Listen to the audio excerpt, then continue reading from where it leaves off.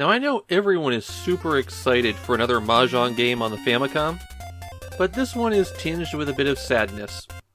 It is the final Gambler Jiko Chuushinha game on the Famicom.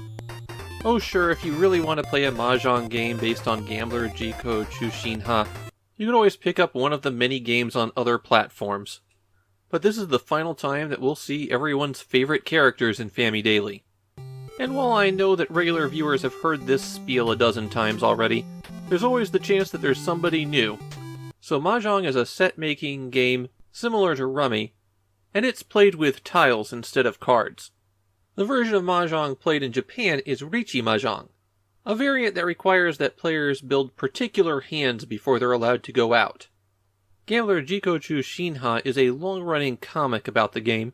It has a comedic tone where its title character is often forced to play in weird games, and he regularly comes into conflict with an organization of evil mahjong players run by an octopus. The video game Gambler Jiko Chuushinha 2 offers a few different modes of play. There's free mode, where you select out a group of players to sit around the table. The last one is who you'll be playing as, and then just play mahjong. There's also a mode similar to this, where you don't choose the characters, you just go through a series of mahjong games, defeating all of them in turn. The real heart of the game is the strategy mode. Here you pick which side of the conflict you'll be on, whether you'll be allied with Jiko or the octopus, and then you select which region of Japan you'll be fighting over. After that you get into this wargame style map, and here you move your units around, and when they come together you engage in mahjong. Some of the hexes have effects on the game, modifying how many points you have, or how many could be gained or lost in a hand.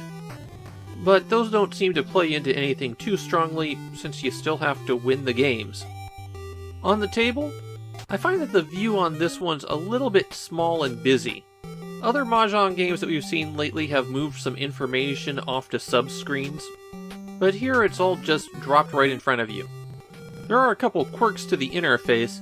When a tile's been discarded that you could pick up, you have to hit the B button to choose what you're going to do with that tile, or the A button to skip picking it up. You also have to declare your victory yourself, by hitting B and then declaring your victory. There are situations where you want to hold off revealing your winning hand so that you can accumulate more points. That's why they've done this, but it's also possible to declare a victory when you can't go out, which nets you a huge amount of negative points. One of the strongest things about Gambler Jiko Chuushinha 2 is that the other mahjong players that you're facing are given a bit of personality. They'll sometimes respond to your play, and they all have their own strengths and weaknesses. Of course, a lot of that means that the good players are just fed better tiles by the game rather than playing better. Unsurprisingly, mahjong games at this point are considered pretty interchangeable. Unless there's something notably different or special about it, people just don't remember it. And that's what's happened with Gambler Jiko Chuushinha 2. It is one of the better mahjong games on the Famicom. There's a good variety of things that you can do, and it implements the game pretty well. I'm not sold on the wargaming mode, but it's there if somebody wants to play a different spin on mahjong. Beyond that though, it's just another mahjong game. And even if you like the characters, there's better options out there for you.